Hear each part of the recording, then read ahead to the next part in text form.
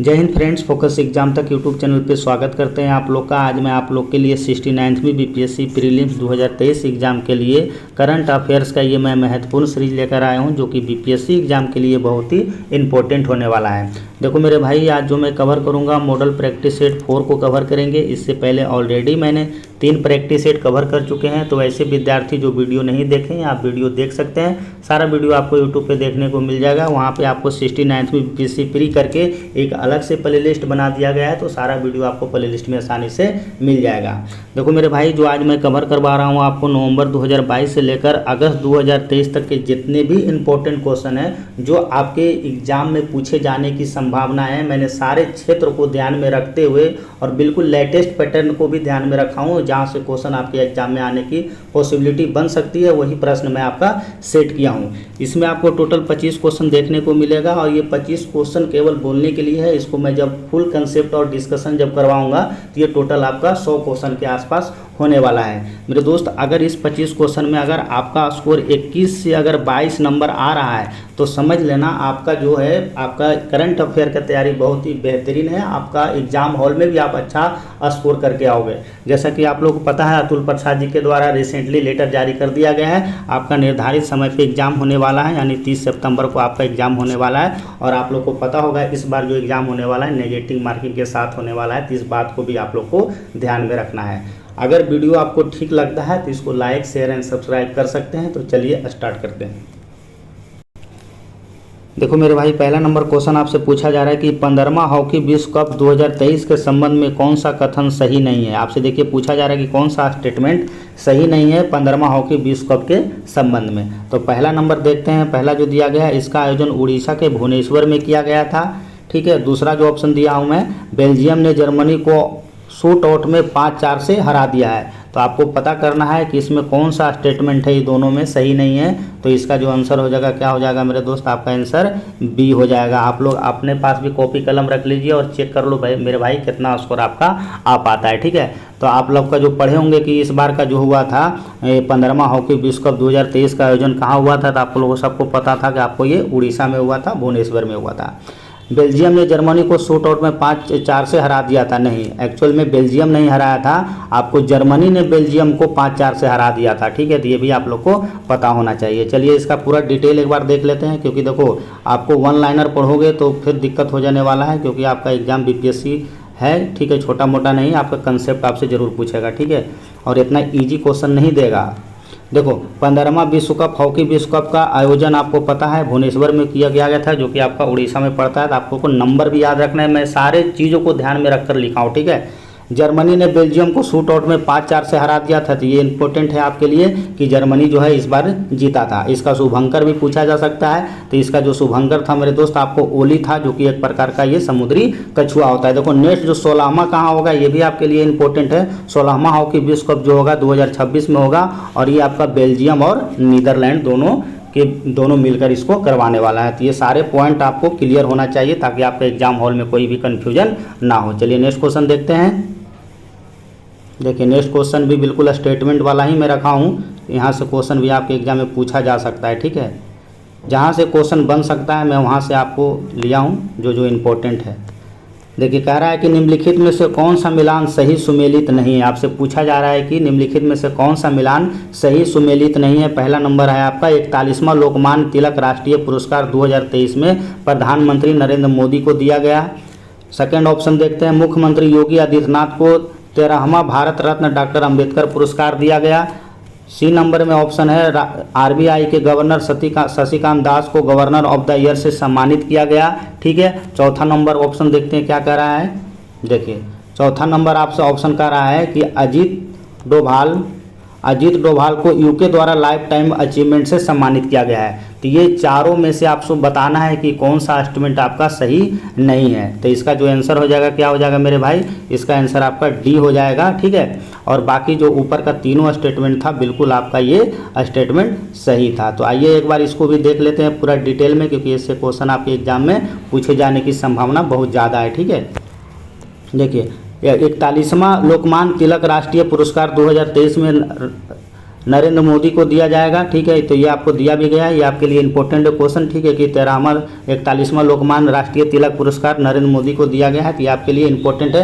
ये शुरुआत कब किया गया था, तो आपको पता है 1983 में लोकमान्य तिलक के द्वारा शुरुआत किया गया था। तो ये भी आपके लिए इंपॉर्टेंट है। ये भी क्वेश्चन देखो बहुत इंपॉर्टेंट है। डॉक्टर भीमराव अम्बेडकर पुरस्कार 1996 में महाराष्ट्र सरकार द्वारा भीमराव अम्बेडकर को स्थापित करने के लिए दिया गया था। और इस बार का आपको किसको दिया गया है, तो मैं आपको ऑलरेडी बता चुका हूँ कि मुख्यमंत्री योगी आदित्यनाथ को 13वां भारत रत्न अवार्ड दिया गया है। शशिकांत दास के बारे में ऑलरेडी बता रखे हैं कि आरबीआई के गवर्नर शशिकांत दास को गवर्नर ऑफ द ईयर से सम्मानित किया गया, बहुत ही इंपॉर्टेंट है। और चौथा नंबर जो ऑप्शन था मेरे दोस्त, देखिए चौथा नंबर देखो, ये भी बहुत इंपॉर्टेंट है, इसी को मैं ऑप्शन में रखा था।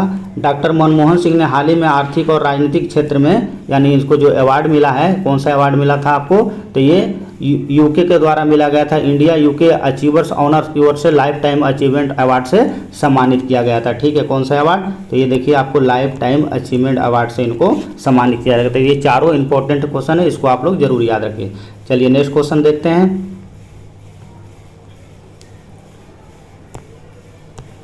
देखिए नेक्स्ट तीसरा नंबर क्वेश्चन कर रहा है कि चौथे राष्ट्रीय जल पुरस्कार 2022 के संबंध में निम्नलिखित में से कौन सा कथन सत्य नहीं है। जो चौथा राष्ट्रीय जल पुरस्कार जो दिया गया है, तो उसमें आपको कौन सा स्टेटमेंट सही नहीं है, उसमें आपको छांटना है। देखिए पहला ऑप्शन है कि सर्वश्रेष्ठ राज्य का प्रथम पुरस्कार मध्य प्रदेश को मिला।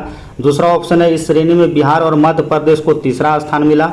चौथा ऑप्शन है सर्वश्रेष्ठ जिला आपको उड़ीसा के गंजाम जिला को घोषित किया गया। और आपका चौथा ऑप्शन है राष्ट्रपति द्रौपदी मुर्मू जी के द्वारा चौथा राष्ट्रीय जल पुरस्कार प्रदान किया गया। तो इसमें आपको बताना है कौन सा सही नहीं है। तो इसका आंसर क्या हो जाएगा, आंसर आपका क्या हो जाएगा, डी हो जाएगा। आप लोग पढ़े होंगे कि 17 जून को, देखो ऊपर वाला तीनों स्टेटमेंट सही है, चौथा आपका गलती है।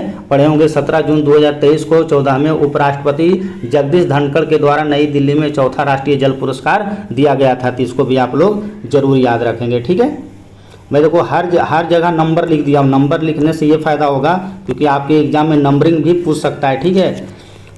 17 जून 2023 को 14वां उपराष्ट्रपति जगदीश धनखड़ के द्वारा नई दिल्ली में चौथा राष्ट्रीय जल पुरस्कार घोषणा किया गया था, जारी किया गया था, ठीक है। तो इसको भी आप लोग याद रखेंगे। चलिए नेक्स्ट क्वेश्चन देखते हैं। नेक्स्ट क्वेश्चन देखिए, ये इंपॉर्टेंट टॉपिक था, यहाँ से मैं क्वेश्चन फ्रेम किया हूँ क्योंकि अभी कई जगह पे आपको प्रधानमंत्री और राष्ट्रपति का नियुक्ति हुआ है। तो बड़े बड़े आसपास के क्षेत्र में आपको देखना पड़ेगा, पड़ोसी राज्य में खास करके आपको जानना बहुत जरूरी है। कह रहा निम्नलिखित में से कौन सा मिलान सही सुमेलित नहीं है। आपको बताना है कौन सा मिलान सही सुमेलित नहीं है। देखिए नेपाल का नया प्रधानमंत्री रामचंद्र पौडोल, इटली की पहली महिला, देखो पहला है इसलिए मैं ये क्वेश्चन फ्रेम किया हूँ, इटली की पहली महिला प्रधानमंत्री जॉर्जिया मेलानी है।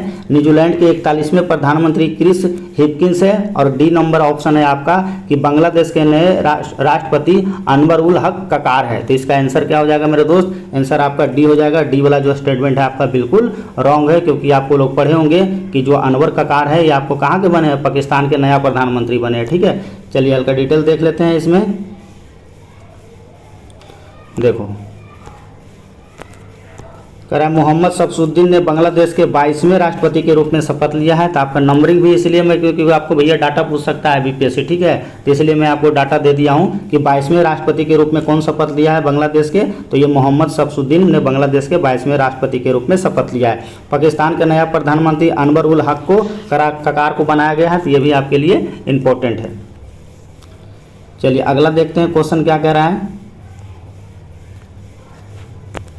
देखिए नेक्स्ट क्वेश्चन है कि लोकप्रिय ग्लोबल लीडर्स की हालिया लिस्ट में दुनिया के सबसे लोकप्रिय नेता किसे चुना गया है। तो कि बहुत इंपॉर्टेंट क्वेश्चन है, पूरा पेपर में ये छाया हुआ था, आप लोग पढ़े होंगे कि लोकप्रिय ग्लोबल लीडर्स की हालिया लिस्ट जारी किया गया था जिसमें सबसे लोकप्रिय नेता किसे चुना गया था। तो आपका आंसर क्या हो जाएगा, देखिए ऑप्शन पहले देख लेते हैं। प्रधानमंत्री Narendra Modi, Manuel Lopez Obrador और मारियो ड्रेगी और जो बाइडेन। तो इसका जो आंसर क्या होगा मे भी सबको पता होगा, आंसर आपका क्या हो जाएगा, ए हो जाएगा। आप लोग पढ़े होंगे इस सूची में आपको नरेंद्र मोदी को 75% से भी ज़्यादा वोट मिला था और ये सबसे पॉपुलर नेता के रूप में चुने गए थे। वही दूसरे नंबर पे कौन थे, तो दूसरे नंबर पे थे आपको पढ़े होंगे मैक्सिको के राष्ट्रपति मैनुअल लोपेज और अल्बाडोर, यानी कहने का मतलब ये हो जाएगा बी दूसरे नंबर पे था। देखो सेकेंड नंबर पे ये थे। और आप लोग पढ़े होंगे इटली के प्रधानमंत्री मौर्गिया ड्रेगी, ये कितने नंबर पे थे, तो ये आपको 54% इनको नंबर मिला था, ठीक है। और ये तीसरे स्थान पे थे। तो इसको भी आप लोग को पता होना चाहिए। तो फर्स्ट सेकंड थर्ड, क्योंकि भाई देखो बीपीएससी ये डाटा पूछ सकता है आपके एग्जाम में, सीधा सीधा प्रश्न देने का नहीं, ठीक है। चलो अगला क्वेश्चन देखते हैं। तो ये मैं आपको बता ही दिया हूँ।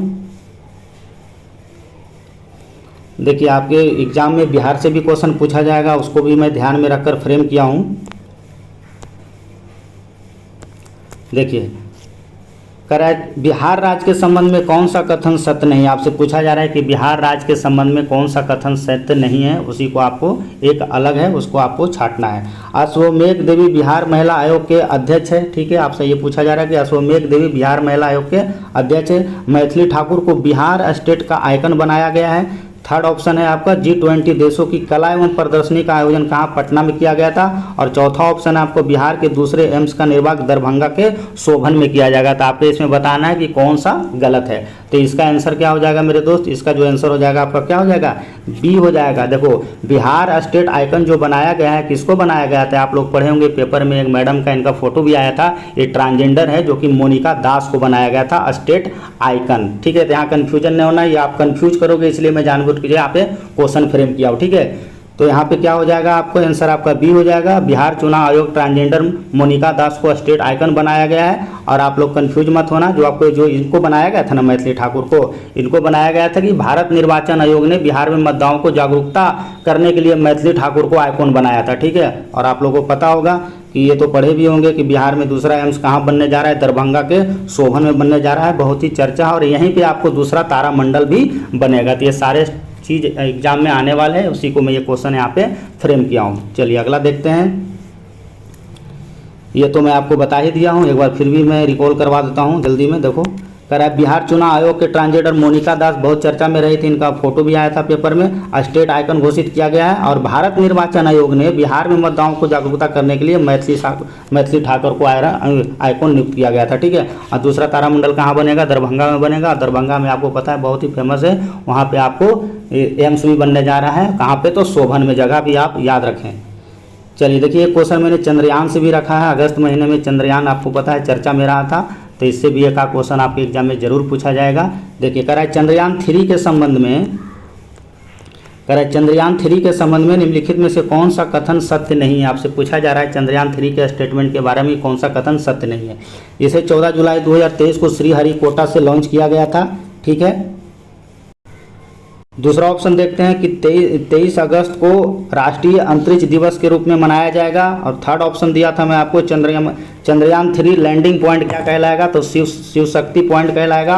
और चौथा ऑप्शन दिया था मैं चंद्रयान 2 के पद चिन्हों वाली जगहों को भारत पॉइंट के नाम से जाना जाएगा। तो इसमें आपको बताना है कि कौन सा स्टेटमेंट है जो आपका ये सही नहीं है। ठीक है, तो इसका जो आंसर हो जाएगा क्या हो जाएगा, आपको डी हो जाएगा। यहाँ से देखो आपके एग्जाम में प्रश्न पूछा जा सकता है। देखो चंद्रयान 3 कब लॉन्च किया गया था, तो ये तो सबको पता होगा कि इसे 14 जुलाई 2023 को कहाँ से लॉन्च किया गया था, तो श्रीहरिकोटा से लॉन्च किया गया था। यह स्टेटमेंट बिल्कुल सही है।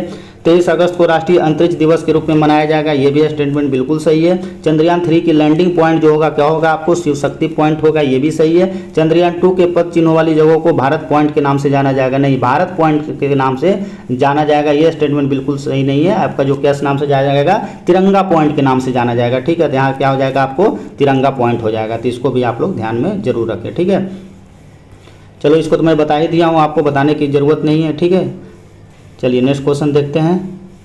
देखिए ये भी क्वेश्चन बहुत अच्छा है। देखिए अगला क्वेश्चन 8वां नंबर की ब्रिटिश कंसल्टेंसी स्काई ट्रैक्स ने हाल ही में दुनिया के 100 सर्वश्रेष्ठ एयरपोर्ट लिस्ट का जारी किया था। ठीक है, यानी एयरपोर्ट 100 से ज़्यादा आपको एयरपोर्ट का लिस्ट जारी किया गया था, जिसमें से आपको बताना है 2023 के लिस्ट में सबसे टॉप पे कौन सा एयरपोर्ट रहा। ये भी इंपॉर्टेंट हो जाता है। Heathrow airport, Indira Gandhi international airport, Singapore का चांगी एयरपोर्ट या ज्यूरिक का एयरपोर्ट। ज्यूरिक एयरपोर्ट भी बहुत ही फेमस है, आप लोग स्विट्जरलैंड गए होंगे तो आप लोगों को पता होगा। ठीक है, तो इसका जो आंसर होगा क्या हो जाएगा, इसका आंसर हो जाएगा मेरे दोस्त आपका सी हो जाएगा, यानी सिंगापुर का चांगी एयरपोर्ट। तो ये आपके लिए भी इंपॉर्टेंट है। चलिए नेक्स्ट क्वेश्चन देखते हैं।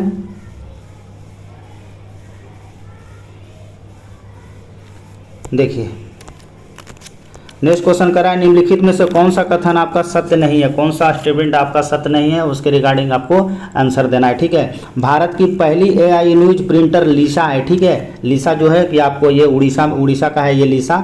IPL में सर्वाधिक शतक लगाने वाले रिकॉर्ड किस खिलाड़ी के नाम है, तो विराट कोहली के नाम है। ठीक ठीक है। तीसरा ऑप्शन है तेलंगाना में बनेगा दुनिया का सबसे बड़ा 3D प्रिंटेड मंदिर। या चौथा, नई संसद भवन के उद्घाटन में मोदी जी ने 100 रुपये का सिक्का जारी किया। ये 4 ऑप्शन है और जो भी ऑप्शन में दिया वो सारा एग्जाम में पूछा जाएगा। इसी के रिगार्डिंग में क्वेश्चन आपको घुमा के सेट किया हो, ठीक है। तो आपका कौन सा गलत हो जाएगा इसमें, आंसर आपका क्या हो जाएगा, डी हो जाएगा, ठीक है। ये नए संसद भवन के उद्घाटन में मोदी जी ने 100 रुपये का सिक्का नहीं 75 रुपये का सिक्का जारी किए थे। तो ये भी आपके लिए बहुत ही इंपॉर्टेंट हो जाता है। बाकी सारा स्टेटमेंट आपका बिल्कुल सही है। भारत की पहली AI न्यूज प्रिंटर लीसा है जो कि आपकी उड़ीसा की है। IPL में सर्वाधिक शतक लगाने वाले खिलाड़ी तो विराट कोहली के नाम है। इससे पहले कौन था, इससे पहले वो कौन सा नाम था यार, वेस्ट इंडीज का प्लेयर है, वो दिमाग से देखो निकल गया है, ठीक है।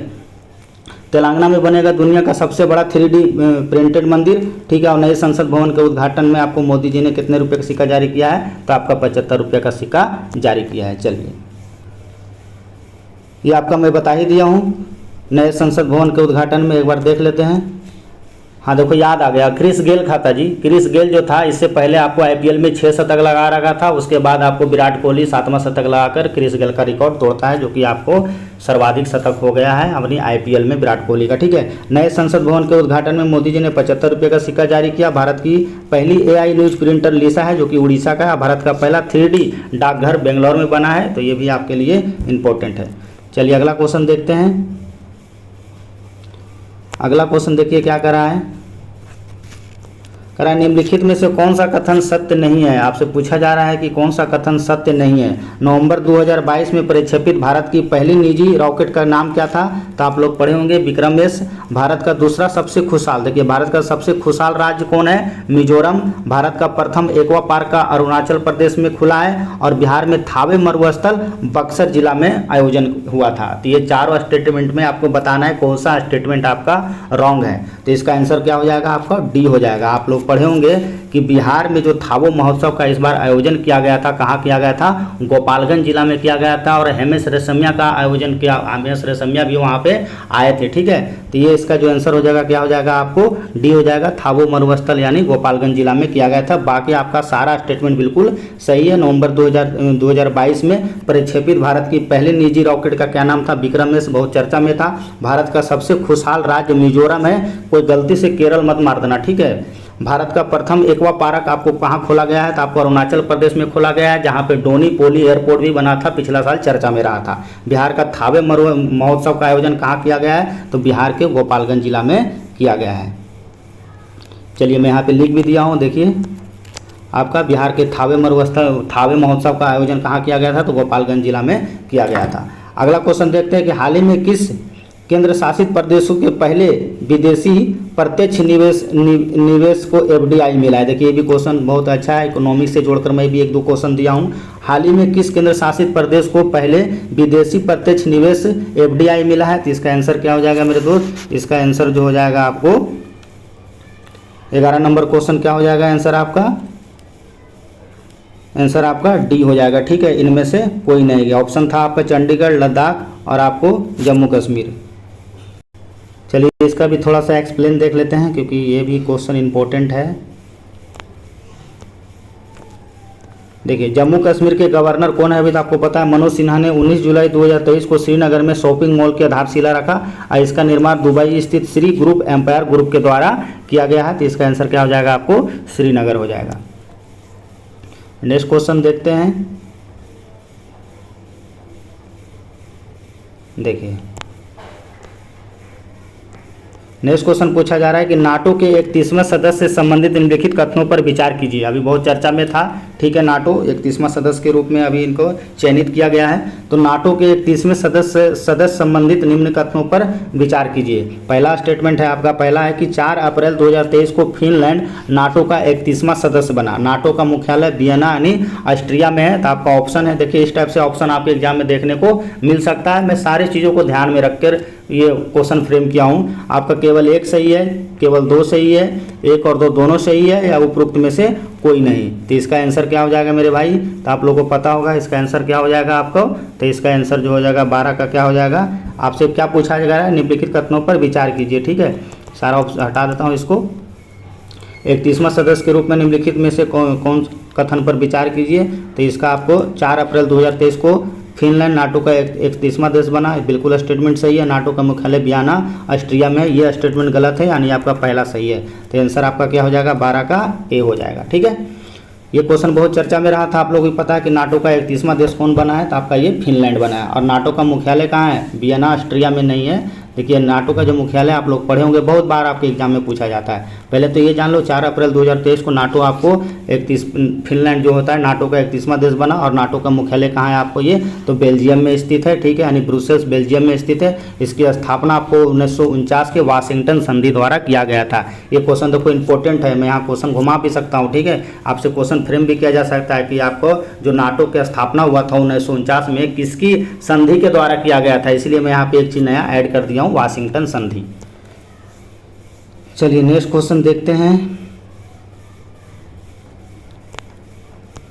देखिए नेक्स्ट क्वेश्चन है, आपसे पूछा जा रहा है कि निम्नलिखित में से वर्ष 2023 का पद्मश्री पुरस्कार प्राप्त नहीं हुआ है, यानी किनको पद्मश्री अवार्ड 2023 नहीं दिया गया है अकॉर्डिंग टू ऑप्शन।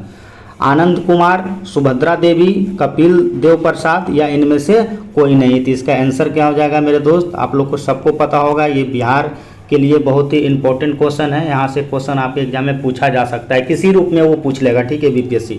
इसका आंसर क्या हो जाएगा, आपको डी हो जाएगा, क्योंकि आप लोग को पता है आनंद कुमार को भी दिया गया पद्मश्री, सुभद्रा देवी को भी दिया गया और कपिल देव भी प्रसाद को दिया गया। एकदम इंपॉर्टेंट क्वेश्चन है। ठीक है, चलिए एक बार थोड़ा सा देख लो यहाँ से।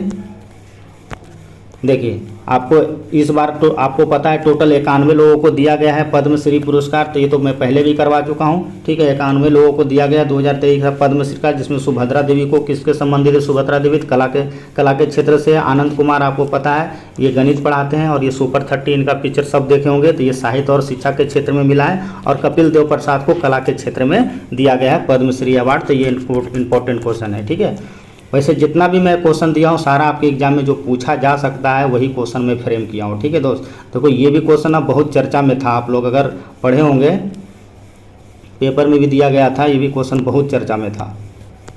देखिए किस आईआईटी के द्वारा भारत का पहला तंजानिया में आईआईटी स्थापित किया जाएगा, यानी किस आईआईटी संस्थान के द्वारा, यानी विदेशों में भारत का पहला मतलब विदेशों में भारत के द्वारा पहला आईआईटी स्थापित किया जाएगा। बहुत चर्चा में रहा था ये क्वेश्चन। तो इसका आंसर क्या हो जाएगा, आईआईटी मद्रास या आईआईटी बॉम्बे या आईआईटी रुड़की या आईआईटी दिल्ली। तो इसका जो आंसर होगा मेरे दोस्त आपका क्या हो जाएगा, आईआईटी मद्रास के द्वारा स्थापना किया गया था। ये भी क्वेश्चन बहुत चर्चा में रहा था आपके एग्जाम में, तो यहाँ से भी क्वेश्चन आपसे एग्जाम में पूछा जा सकता है, तो इसको भी आप लोग जरूर याद रखें। ठीक है, चलिए इसका अध्यक्ष वाला भी याद रखना। देखो मैं अध्यक्ष भी लिख दिया हूँ, अध्यक्ष भी आपके एग्जाम में पूछा जा सकता है। ठीक है बॉस, देखो भारत के बाहर पहला आईआईटी परिषद यानी तंजानिया जंजीबार में बनेगा, और ये आपको किसके द्वारा हो रहा है, तो आईआईटी आपको चेन्नई यानी ये चेन्नई के द्वारा मद्रास के द्वारा स्थापित हो रहा है। तो इसको ही तो मैं ऑलरेडी बता दिया हूँ। देखो ये अध्यक्ष आपसे पूछा जा सकता है। ठीक है, प्रीति अधलायन आईआईटी निदेशक बनने वाली पहली भारतीय महिला होगी। तो ये इंपॉर्टेंट है, इसको आप लोग जरूर याद रखें। ठीक है, चलिए नेक्स्ट क्वेश्चन देखते हैं। अब देखो G20 से तो एक क्वेश्चन आपके बिहार से रिलेटेड पूछ ही लेगा आपके एग्जाम में।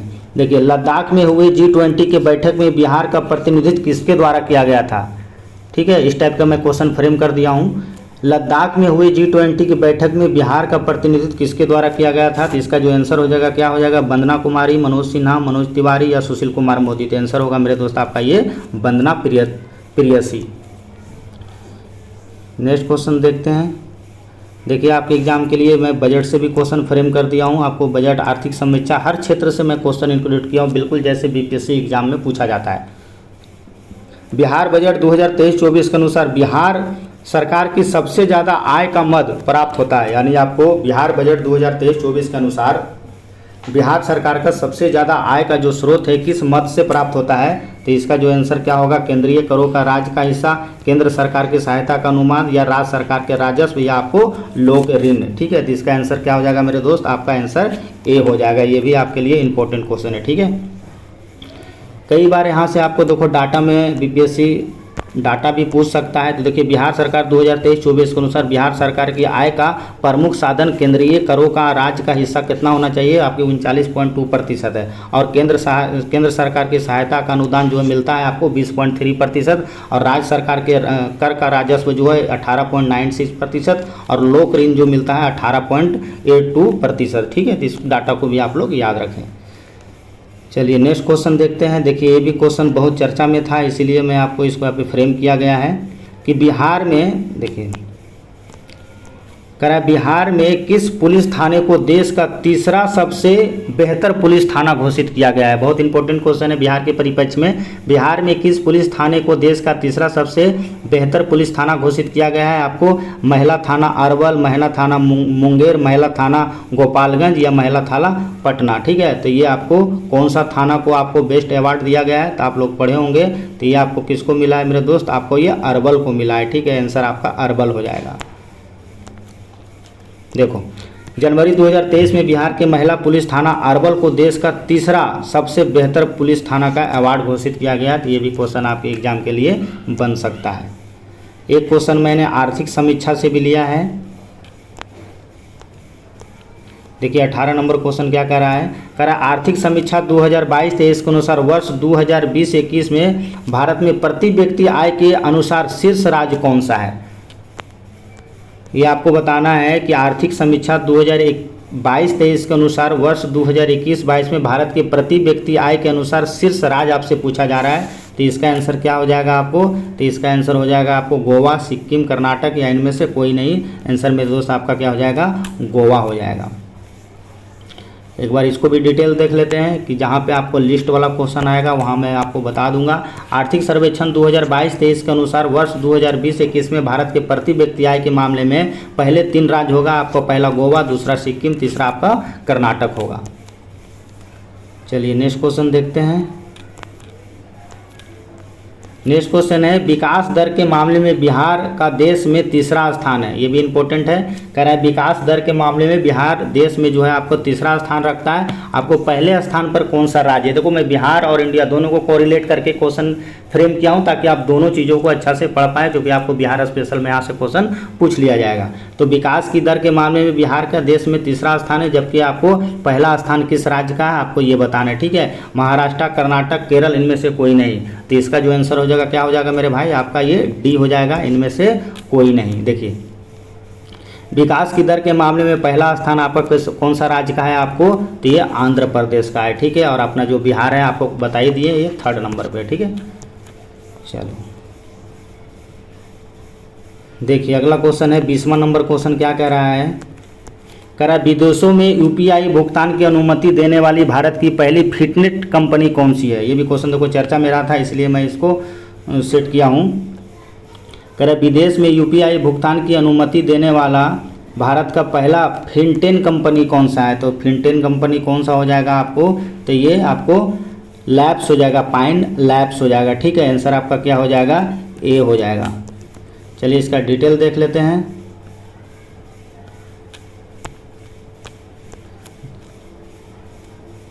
एक सेकंड रुक जाओ भाई, 20वां नंबर क्वेश्चन फिर से देखना पड़ेगा।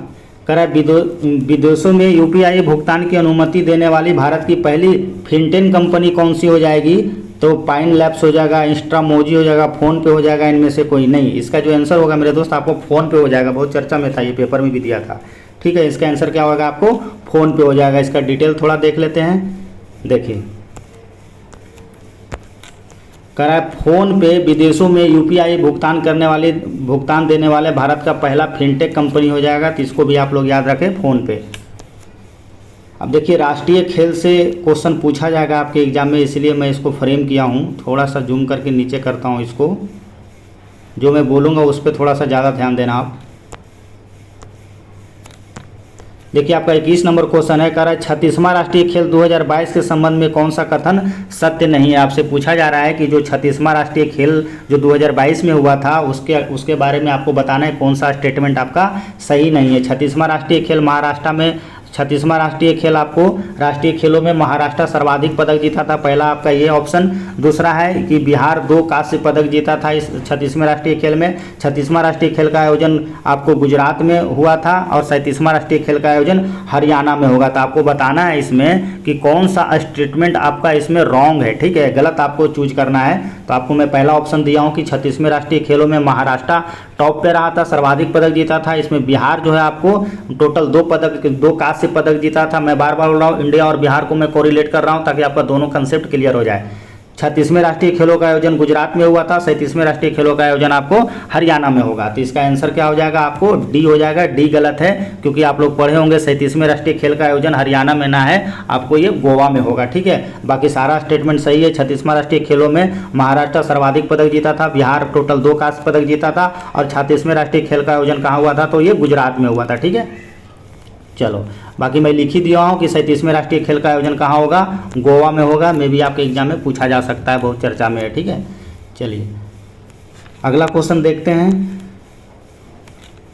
करा हाल ही में गूगल द्वारा किस नाम से आर्टिफिशियल इंटेलिजेंस द्वारा संचालित चैटबॉट लॉन्च करने की योजना की घोषणा किया गया है। बहुत चर्चा में रहा था, एआई आप लोग पढ़े होंगे, पेपर में भी दिया गया था आर्टिफिशियल इंटेलिजेंस के बारे में। तो इसी से मैं क्वेश्चन फ्रेम किया हूँ कि हाल ही में गूगल द्वारा किस नाम से आर्टिफिशियल इंटेलिजेंस द्वारा संचालित चैटबॉट को लॉन्च करने की घोषणा किया गया है। तो इसका जो आंसर हो जाएगा क्या हो जाएगा मेरे भाई, 22 का आंसर होगा चैट मिरासल होगा या चैट जीपीटी होगा, इनमें से कोई नहीं, या बार्ड हो जाएगा। तो आंसर होगा कि आपका बी हो जाएगा, बार्ड हो जाएगा, ठीक है।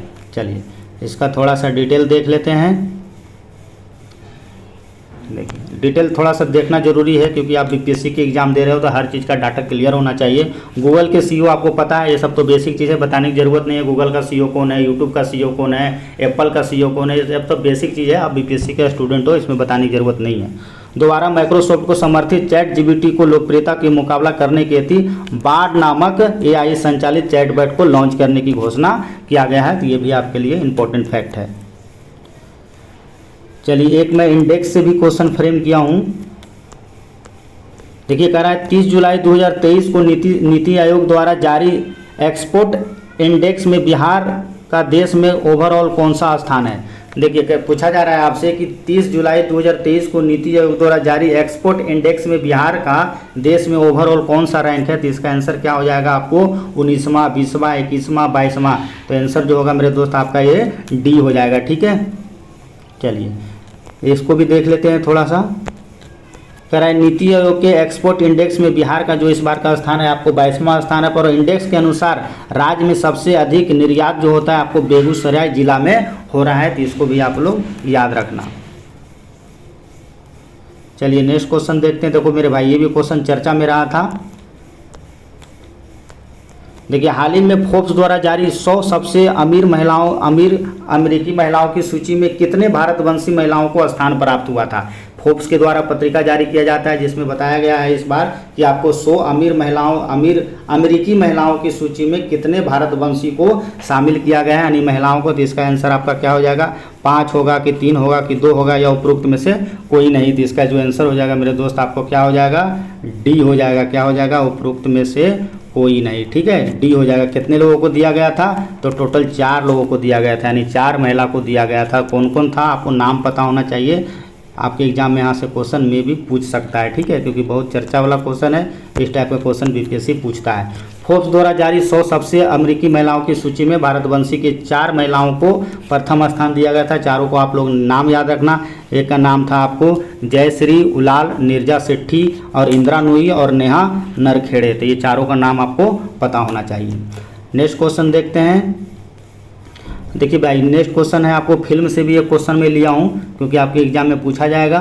69वें राष्ट्रीय फिल्म पुरस्कार के संबंध में कौन सा मिलान सही नहीं है, ठीक है। तो आपका ऑप्शन देखते हैं हम। 69वें राष्ट्रीय फिल्म पुरस्कार से संबंधित में क्वेश्चन एक फ्रेम किया था। देखिए कह रहा है कि सबसे सर्वश्रेष्ठ पिक्चर फिल्म कौन सा था, रॉकेटरी। ये सही है या गलत आप देख लेना। सर्वश्रेष्ठ अभिनेता कौन था, आपको अल्लू अर्जुन, या सर्वश्रेष्ठ निर्देशक एस.एस. राजमौली, या सर्वश्रेष्ठ सहायक अभिनेता पंकज त्रिपाठी। आपको इसमें बताना है चारों ऑप्शन में कि कौन सा सही नहीं है, ठीक है। पहला आपका बिल्कुल सही है, ठीक है, कि आपको जो सर्वश्रेष्ठ पिक्चर फिल्म बनाया है आपको 69वें राष्ट्रीय फिल्म पुरस्कारों में आपको सर्वश्रेष्ठ पिक्चर फिल्म रॉकेटरी को दिया गया है, सर्वश्रेष्ठ अभिनेता अल्लू अर्जुन को चुना गया, सर्वश्रेष्ठ निर्देशक राजमौली को नहीं चुना गया है। यही आंसर इसका क्या हो जाएगा, गलत हो जाएगा, क्योंकि राजमौली जाओ RRR के निर्देशक है, ठीक है। और ये आपका सर्वश्रेष्ठ सहायक अभिनेता पंकज त्रिपाठी, ये सही, यानी निर्देशक कौन हो जाएगा। चलिए इसको देख लेते हैं हम डिटेल। देखो मेरे भाई, आपका सर्वश्रेष्ठ आपका निर्देशक कौन है, निखिल महाजन है, ठीक है। तो इसको आप लोग याद रखना, सर्वश्रेष्ठ निर्देशक निखिल महाजन होगा। और सर्वश्रेष्ठ अभिनेत्री तो आपको आलिया भट्ट और कृति सेनन है। यहाँ से भी क्वेश्चन फ्रेम किया जा सकता है 69वें राष्ट्रीय फिल्म पुरस्कारों के बारे में। थोड़ा सा मैं यहाँ आपको डिटेल बता देता हूँ। देखो इस डाटा को आप लोग याद रखना, यहाँ से क्वेश्चन आपके एग्जाम में पूछा जा सकता है। 3-4 चीज़ें हैं जिसको आप लोग को ध्यान में रखना है। 69वें राष्ट्रीय फिल्म पुरस्कारों में आपको सर्वश्रेष्ठ फिल्म की याद रखना, ठीक है, रॉकेटरी था। और आपको संपूर्ण मनोरंजन प्रदान करने वाली सबसे लोकप्रिय फिल्म आपको पता है RRR था। और सर्वश्रेष्ठ निर्देशक कौन था, तो ये निखिल महाजन, जो कि मैं बताऊं गोदावरी के लिए इनको मिला था। और सर्वश्रेष्ठ अभिनेता आपको अल्लू अर्जुन पुष्पा के लिए। और सर्वश्रेष्ठ अभिनेत्री आलिया भट्ट, और आलिया भट्ट किसके लिए, गंगूबाई काठियावाड़ के लिए। और कृति सेनन को मिमी के लिए। बिहार से जोड़कर आप इसको याद रखना। सर्वश्रेष्ठ सहायक अभिनेता कौन था, तो ये पंकज त्रिपाठी को था। इतना चीज़ तो आपको याद रखना ही पड़ेगा 69वें राष्ट्रीय फिल्म पुरस्कारों के लिए, ठीक है। इतना डाटा आपके पास कम से कम दिमाग में फिक्स होना चाहिए, ठीक है। बाकी आप अपना पूरा डिटेल पढ़ लेना। तो ये आपका 25 नंबर का टोटल मैंने ये क्वेश्चन करवा दिया हूँ। मैं पहले भी बताया था कि 25 क्वेश्चन केवल बोलने के लिए होगा, जो मैं आपको डिटेल बताऊंगा तो 100 के आसपास ये हो जाएगा। देखो मेरे भाई, ये सीरीज जो था आपको, ये 4था नंबर टेस्ट था। ये सीरीज मैं डेली आपको दूंगा जब तक आपका BPSC का एग्जाम नहीं हो जाए। 30 तारीख को आपका BPSC एग्जाम है, उससे पहले मैं सारा इंपॉर्टेंट क्वेश्चन जो आपके एग्जाम में क्वेश्चन बन सकता है, मैं सारा आपको 25 क्वेश्चन के माध्यम से करवा दूंगा। तो आप लोग इस वीडियो को जरूर देखें, यहाँ से आपके एग्जाम में प्रश्न बनने की संभावनाएं बन सकता है। तो ठीक है, आप लोग इसको रिवीजन कीजिए। नेक्स्ट वीडियो 1-2 दिन में मैं अपलोड कर दूंगा, तब तक आप उसको रिवीजन कीजिए। अगर वीडियो ठीक लगता है तो इसको लाइक, शेयर एंड सब्सक्राइब कर सकते हैं। मिलते हैं नेक्स्ट वीडियो में, धन्यवाद।